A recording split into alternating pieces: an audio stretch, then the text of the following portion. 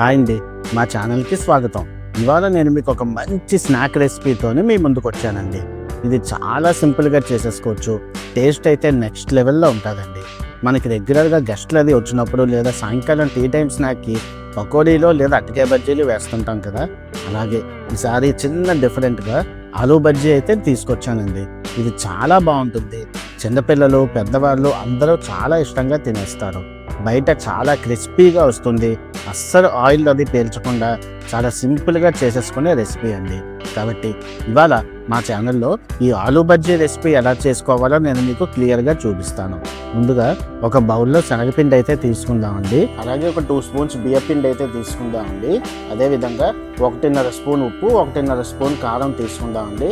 అదేవిధంగా ఒక చిటికెడు బేకింగ్ సోడా, ఒక చిటికెడు పసుపు కూడా వేసేసుకుందామండి. అలాగే ఇందులో ఆ ఎక్స్ట్రా టేస్ట్ కోసం ఓ గుప్పెడు ఉల్లిపాయలు అయితే వేసుకుందామండి. అలాగే చిన్న ముక్కల్లో తురుముకున్న కరివేపాకు, పచ్చిమిర్చి కూడా వేసేసుకుందాం. ఇప్పుడు ఒక బీటర్ తీసుకొని ఇవన్నీ చక్కగా కలిసేలా కలుపుకుంటూ కొంచెం కొంచెంగా నీళ్లు వేసుకుంటూ మనకు ఒక థిక్ కన్సిస్టెన్సీ బ్యాటర్ వచ్చే వరకు కలుపుకోవాలండి.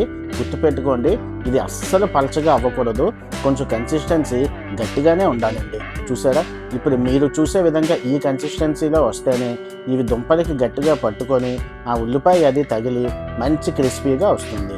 అలాగే దుంపల్ని ఇప్పుడు మీరు చూసే విధంగా ఇలా పలచగా కొంచెం స్లైసెస్ లాగా అయితే కట్ చేసేసుకుందామండి.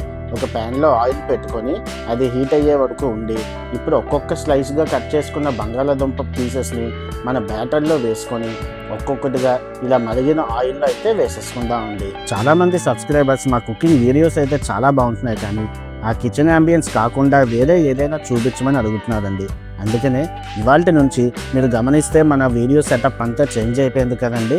మన బాల్కనీలోనే వీడియోస్ అన్నీ చేస్తున్నామండి. సో ఈ కుకింగ్ సెటప్ అనేది మీకు ఎలా అనిపించిందో నాకు కమెంట్ సెక్షన్లో అయితే చెప్పండి. అదండి, ఇలా మన బజ్జీలన్నీ వేసేసుకున్నాక మంటని కొంచెం తగ్గించుకోండి.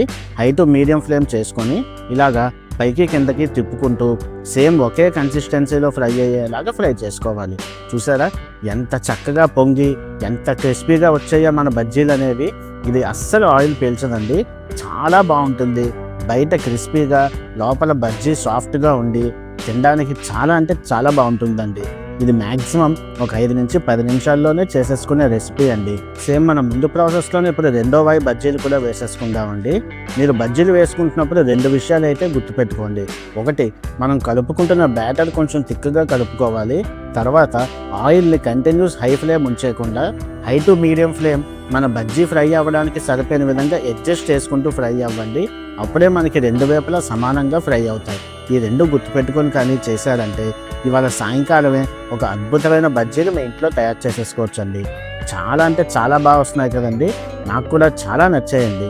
సో ఇదండి ఇవాళ మన వీడియో. ఈ ఆలూ బజ్జీ రెసిపీ అయితే మీకు నచ్చిందని నేను మనస్ఫూర్తిగా ఆశిస్తున్నాను.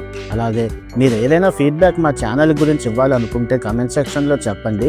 నేను ప్రతి కమెంట్ని చదివి ఆ ఫీడ్బ్యాక్కి ఇంప్రూవ్ అయ్యే విధంగా నెక్స్ట్ వీడియోస్ అయితే చేస్తానండి. సో ఈ సింపుల్ స్నాక్ రెసిపీ కానీ మీకు నచ్చితే ఈ వీడియోకి ఒక లైక్ చేసి మా ఛానల్ని సబ్స్క్రైబ్ చేసి మా ఈ చిన్ని ప్రయత్నాన్ని సపోర్ట్ చేస్తారని మనస్ఫూర్తిగా ఆశిస్తున్నాను.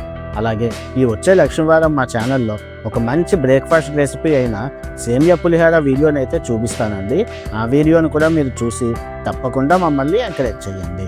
అదండి, ఇలా మంచి మంచి రెసిపీస్తో మీకు నచ్చే వీడియోస్ చేస్తూ మిమ్మల్ని ఎల్లప్పుడూ ఎంటర్టైన్ చేయాలని కోరుకుంటూ ధన్యవాదాలండి. సెలవు తీసుకుంటున్నాను. మరొక మంచి వీడియోతోని మళ్ళీ మీ ముందుకు వస్తాను. Good bye.